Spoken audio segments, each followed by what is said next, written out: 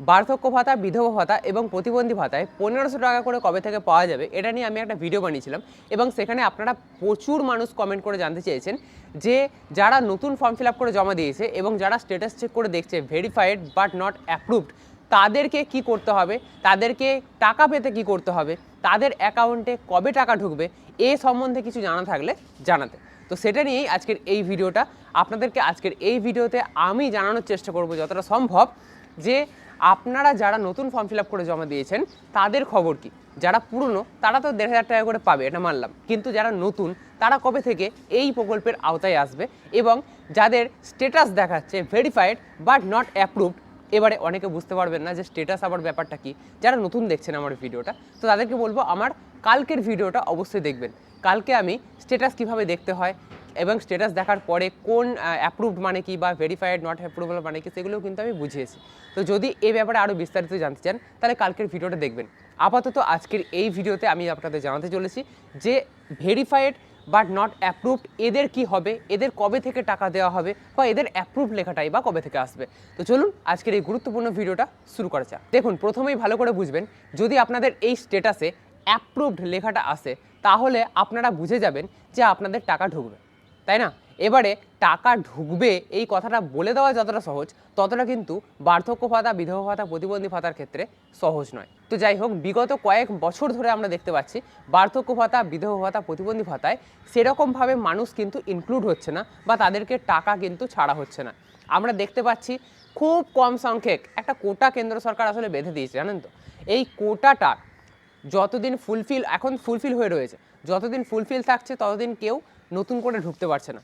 এবারে কোটাটা যখন খালি হচ্ছে, মানে যখন কেউ মারা যাচ্ছেন বা অন্যত্র চলে যাচ্ছেন বা কারোর টাকার দরকার নেই, সে নিজে থেকে স্যারেন্ডার করছেন, তো সেক্ষেত্রে কোটা যখন কমছে তখন সেই জায়গায় একটু একটু করে নতুন যারা আবেদন করেছেন, যাদের ওই ভেরিফাইড বা নট অ্যাপ্রুভড হয়ে রয়েছে, তাদের কিছুটা কিছুটা করে সংখ্যা ঢুকছে। এটা কিন্তু প্রতি বছর বা 1-2 বছর পর পর ঢুকছে, কিন্তু সংখ্যাটা এতটাই কম যে আপনারা প্রত্যেকে কিন্তু পান না এবং একটা শোরগোলও পড়ে না যে টাকা ঢুকছে বলে। আমি গত বছর বর্তমান পত্রিকার একটা প্রতিবেদন আপনাদের দেখিয়েছিলাম, সেখানে দেখিয়েছিলাম যে কয়েক হাজার বার্ধক্য ভাতা, বিধবা ভাতা নতুনদের ঢোকানো হলো আর কি, কারণ কোটাটা খালি হয়েছিল এবং সেই কোটাটা যারা পেন্ডিং পড়েছিল ভেরিফাইড বা নট অ্যাপ্রুভড লিস্টে, তাদেরকে একটু একটু করে ঢোকানো হয়েছিল।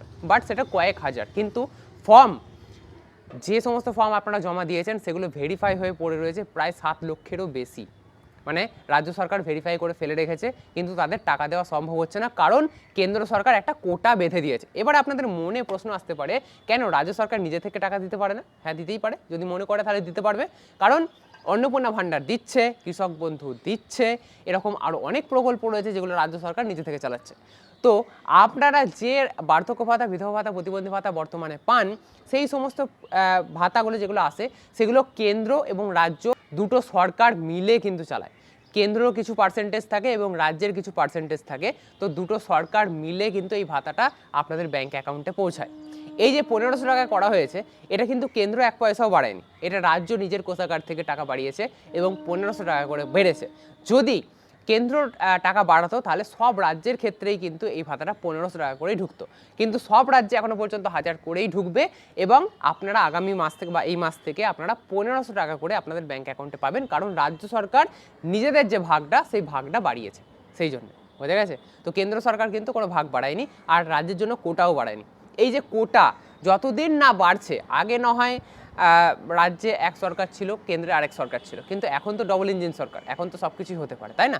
যদি কেন্দ্র সরকার এই কোটাটা বাড়ায়, বার্ধক্য ভাতার ক্ষেত্রে সম্ভবত 21 লক্ষের কাছাকাছি বার্ধক্য ভাতা দেয়, একটা কোটা রয়েছে, ঠিক আছে? মানে পশ্চিমবঙ্গের জন্য 21 লক্ষ বার্ধক্য ভাতা বরাদ্দ হবে। 21 লক্ষের যদি বেশি কেউ হয় তাদেরকে আমরা বার্ধক্য ভাতা দিতে পারবো না, তারা পেন্ডিং লিস্টে থাকবে। আবার 21 লক্ষের মধ্যে থেকে যখন কিছু খালি হবে বা মারা যাবেন বা অন্যত্র চলে যাবেন, তখন আবার যারা পেন্ডিং ছিল তাদেরকে একটু একটু করে ঢোকানো হবে। বোঝা গেছে? এটাই হচ্ছে সিস্টেম। তো এই 21 লক্ষ কোটাটা যদি 22 লক্ষ হয় বা 23 লক্ষ হয়, তাহলে কিন্তু 1-2 লক্ষ মানুষ একদম ডাইরেক্ট, যাদের পেন্ডিং পড়ে রয়েছে তারা কিন্তু ডাইরেক্ট ঢুকে যাবে। কিন্তু এই কোটাটা কোনো মতেই বাড়ছে না বিগত কয়েক বছর ধরে। আমাদের জনসংখ্যা বাড়ছে, বৃদ্ধ বৃদ্ধাদের সংখ্যা বাড়ছে, কিন্তু এই কোটাটা এখনো পর্যন্ত বাড়ছে না। তো যাই হোক, আগামী দিনে আশা রাখবো যে এই কোটাটা বাড়ানো হবে এবং বাড়ানো হলে আপনারা নতুনরা আবার এই কোটার মধ্যে ঢুকবেন এবং বার্ধক্য ভাতা, বিধবা ভাতা, প্রতিবন্ধী ভাতা পাবেন আশা করব। কিন্তু কবে হবে না হবে এ বিষয়ে সরকারি কোনো আপডেট এখনো পর্যন্ত নেই। ঠিক এই কারণেই আপনারা দিনের পর দিন দেখছেন, আপনারা ফর্ম জমা দিয়ে যাচ্ছেন এবং স্ট্যাটাস চেক করে দেখছেন ভেরিফাইড বাট নট অ্যাপ্রুভড। এই জন্যেই আপনারা টাকা পাচ্ছেন না, আদার্স কিছু কারণ নয়, ঠিক আছে? তাই বার্ধক্য ভাতা আপনারা অনলাইনে করুন বা অনলাইনে চেষ্টা করুন, অফলাইনে করুন বা অনলাইনে স্ট্যাটাস দেখুন বারবার, এখানে যান ওখানে যান, একে ফোন করুন বা বিডিওতে যান, এসডিওতে যান, কিচ্ছু হবে না। যতদিন না কোটা বাড়বে ততদিন কিছু হবে না। এবারে কোটা না বাড়লে ওই যে একটু একটু করে হচ্ছে, সেটাতে আপনার নাম ঢুকতেই পারে প্রতি বছর বা 1-2 বছর অন্তর অন্তর, সেখানে কিছু কিছু সংখ্যে কয়েক হাজার মাত্র নাম ঢোকে। সেখানে যদি ঢোকে আপনার নাম যদি লিস্টে থাকে তাহলে আপনারা টাকা পাবেন, বোঝা গেছে? কিন্তু হিউজ পরিমাণে বা 1-2 লক্ষ 3 লক্ষ যদি কোটা না বাড়ানো হয় তবে মোটামুটি বেশ কিছু সংখ্যক মানুষ এই ভাতার আন্ডারে ঢুকবে না। এটাই হচ্ছে মেন কথা। আমার কথা বুঝতে পেরেছেন তো? যদি না বুঝতে পারেন তাহলে অবশ্যই কমেন্ট বক্সে কমেন্ট করে জানাবেন, বুঝিয়ে দেবো। আর না হলে ভিডিওটা আরেকবার একটুখানি আগিয়ে দেখুন, তাহলে আমার পুরো কথাটা বুঝতে পারবেন। আর যারা একদম ফ্রেশ, যারা এখনও পর্যন্ত আবেদন করেননি বা এবছরই নতুন আবেদন করেছেন, তারা এখন চুপচাপ থাকুন।